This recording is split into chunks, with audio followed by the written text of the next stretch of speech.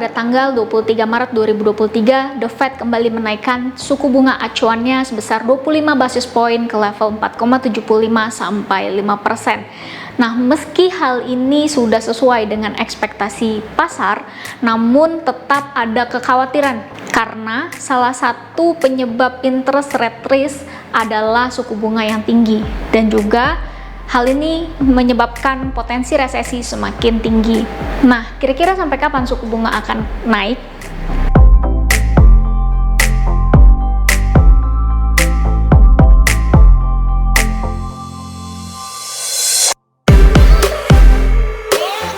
The Fed baru menaikkan lagi nih suku bunganya sebesar 25 basis poin ya Pak. Nah, kemudian mulai nih Pak ada perbincangan tentang kekhawatiran terjadinya resesi dan lain-lain. Nah, kira-kira Pak seberapa jauh sih Fed Fund Rate ini akan naik, dan bagaimana dengan peluang terjadinya resesi Pak? Prediksi mengenai puncak Fed Fund Rate itu berubah dari bulan ke bulan. Yang menentukannya itu adalah tingkat inflasi. Spesifik mungkin angka inflasi inti. Kalau di Amerika Serikat mereka juga mengenal namanya PCE inflation, jadi price consumer index lah, seperti itu. Nah, saat ini inflasi yang jadi acuan itu sudah di level 5%, 5,5-5,6%. Diperkirakan akan menurun terus ya. Bisa juga mungkin masih naik sedikit dalam 1-2 bulan ke depan. Tapi selama angka inflasi intinya sudah mendekati 5%, maka Fed Fund Rate itu juga seharusnya puncaknya juga di sekitar 5%.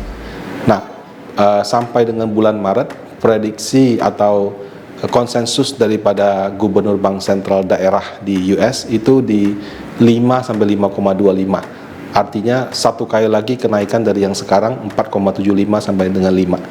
Nah, kemungkinan kenaikannya terjadi di bulan Mei, 2-3 Mei 2023. Nah, ketika suku bunganya sudah di 5 sampai 5,25, itu puncaknya dan akan bertahan selama beberapa waktu.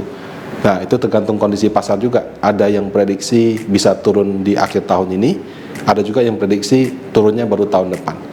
Nah, tapi perbedaan prediksi itulah kadang-kadang yang menyebabkan harga obligasi naik dan turun. Belakangan ini ada berita nih Pak, bahwa transaksi internasional itu sudah mulai mengurangi dolar Pak, kemudian digantikan oleh RMB atau China Yuan. Menurut Pak Rudi seperti apa Pak? Ya, jadi ini memang efek negatif daripada perang Rusia-Ukraina. Para pemimpin negara melihat yang berperang dua negara, tapi aset Rusia dalam mata uang dolar itu dibekukan sama pemerintah US. Bekukannya caranya bagaimana? Ketika mau ditransfer, penerima transfernya Rusia atau berkaitan sama lingkaran dalamnya Rusia itu diblokir semua. Ada uang nggak bisa dikeluarkan. Nah, itu menyadarkan bahwa kalau misalnya negaranya punya perbedaan pendapat dengan Amerika Serikat, itu dijadikan semacam alat kontrol juga. Nah, karena hal itulah negara-negara lain mulai mencari alternatif. Jadi ada nggak mata uang lain yang mungkin tidak ada kendali politiknya seperti itu. Nah, dari sekian banyak negara ya, kalau kita lihat euro kan basically mereka berpihak dengan Amerika Serikat. Nah, di luar itu ya yen. Kalau kita lihat Jepang kan juga mirip-mirip. Pound sterling apalagi, kalau Inggris itu kan kayak sudah sekutunya Amerika. Nah, di luar 4 mata uang utama itu yang mungkin tidak sejalan itu adalah RMB China. Makanya para pemimpin negara yang mungkin mencari diversifikasi, mereka diversifikasi ke RMB China. Nah, sekarang pertanyaannya, apakah dominasi mata uang US dollar itu akan berubah dengan hal ini? Menurut saya itu masih butuh waktu cukup lama, sangat lama bahkan. Amerika Serikat bisa dipercaya seperti itu karena mereka menjadi pemenang Perang Dunia yang kedua. Dengan perkembangan ekonominya, teknologinya yang canggih, mereka menjadi negara superpower. Saking hebatnya, kita pegang dolar ya untuk transaksi Indonesia dengan Singapura. Padahal nggak ada hubungannya sama Amerika, tapi transaksi yang dilakukan dengan dolar. kalau kita lihat secara statistik atau secara angka, ada yang namanya SWIFT ya. SWIFT itu adalah kalau kita mengirim uang yang beda mata uang, beda currency, baik antar bank dalam negeri ataupun bank yang Indonesia ke luar negeri, itu kita masih input. Nah, setiap bulan melalui Statistita atau suatu situs statistik itu direkap yang kirim dalam dolar berapa, yang kirim dalam rupiah berapa. Nah, berdasarkan statistik per Januari 2023, porsi US dollar dalam Swift code itu sekitar 45-44%. Nomor duanya ada ada euro mungkin di 20-an%. Nomor 3, nomor 4 ya itu pound sterling sama yen ya. RMB berapa? RMB itu cuma 2%. Bahkan kalau dibandingkan dengan yen Jepang dan pound sterling yang 7% itu masih cukup jauh. Jadi walaupun negara-negara ya antar negara sudah melakukan menggunakan mata uang RMB China, tapi kan belum tentu pelaku swastanya ikutan.